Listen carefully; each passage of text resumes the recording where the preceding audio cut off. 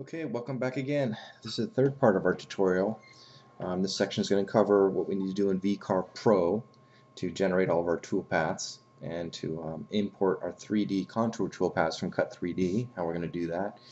I'm going to have to really speed through this one. So basically we have our DFX file here that we imported, same one from Rhino. I've already went ahead and generated toolpaths for everything you see here, as far as the pickup cavities, control cavities, neck pickup, neck pocket, and so forth. Real quick, I'll preview everything. Okay, the preview is finished. What I did is, you can see I've cut 0.75 inches down with a 1/2 inch end mill around the profile of the guitar. Reason being is I'm going to cut 0.75 on the top, and then when I flip it, I'm going to cut another 0.75. I'm going to be left with 0.15 left that I'm going to trim off with a trim router table. However, I'm going to cut the guitar out with a bandsaw. I find it easier to just do that as far as keeping the work, the piece of wood in place. I don't have to worry about the guitar flying out when I'm doing my final profiling. And 1/8 of an inch is really easy to take off. Sometimes I'll just put on my spindle sander and just shave down that last little bit and then continue my final sanding of the edges. Enough said. I got these dowels in here set. I want to show you real quick. When I set up the tool paths for these, I cut 0.7 inches deep on these dowels, and I'm going to explain why later. You're going to need to cut these dowel holes in the top and the bottom of this piece, and also into the spoil board. But I'll show that in the next tutorial.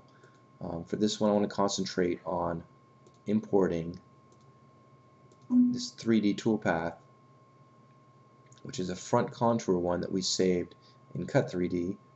We're going to bring that in. You can see how it doesn't put it in place. However, we're going to go ahead and line this up.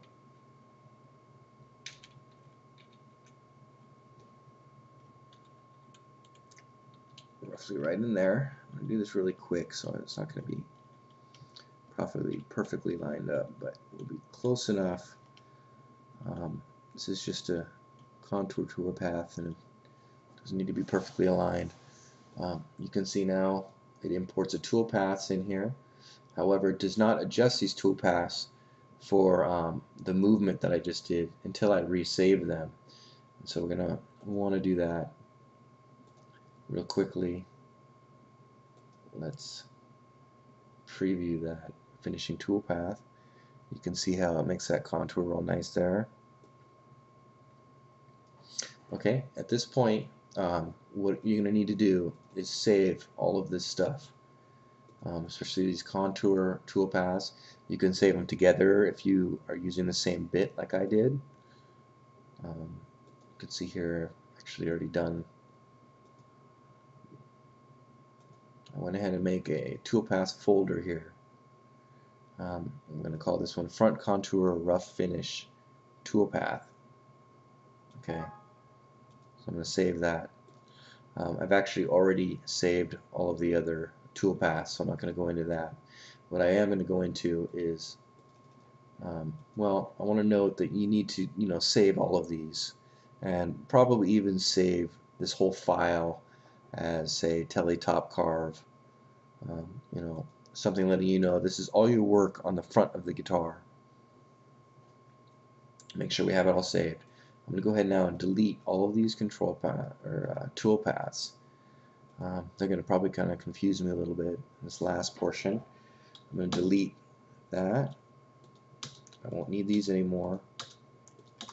So I want to show you is, now since I have these dowel holes set here, and I want to note that you want to put these dowel holes, outside the edges of the guitar, as far as, when I look at this, I want it on the outside edges as far as left and right of the guitar, not like try to tuck in here or anything like that, because when I flip this, I select my dowel holes, I I select my body profile. I'm going to come here and look real closely at how this is aligned.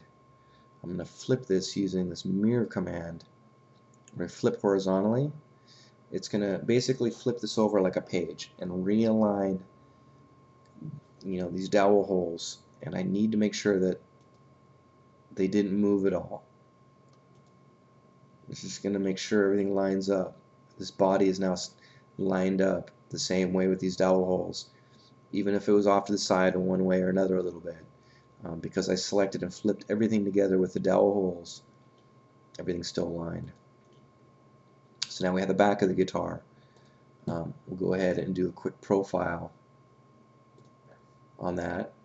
0.75 inches again, to the outside of course. I like to add a little ramping in there. And let's name it back profile. Calculate. Okay, so we have the back of the guitar profile. And now we can go ahead and import our 3D bottom contour file.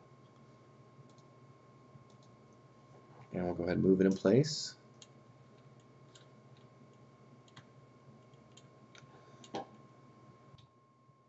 Okay, I got it pretty much lined up now. I'm going to go in and you'll see that it imported those.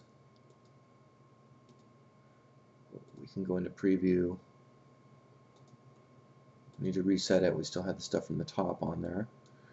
And let's preview all the tool paths very quickly. And there it's cutting around the back.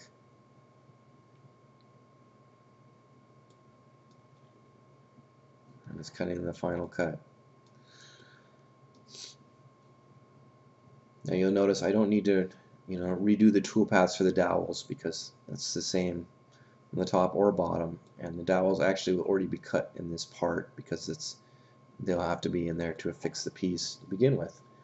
Okay, that's pretty much it. Couple notes. You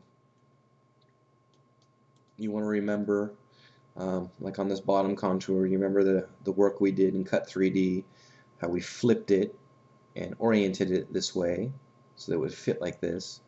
You don't want to try to import it the wrong way and then, say use this rotate command to try to rotate it or something. It simply doesn't work. You don't want to try to stretch it or do anything funny with it. It'll mess it all up and it won't work. I've tried it, trust me. Just keep it imported like this and you'll be fine. Okay, I'm going to finish up this tutorial. I know that one kind of flew by. I might not have covered anything that great, but I'll see you in the next tutorial where I'm going to actually cut this thing, and we'll try to explain a little bit more during that process. Alright.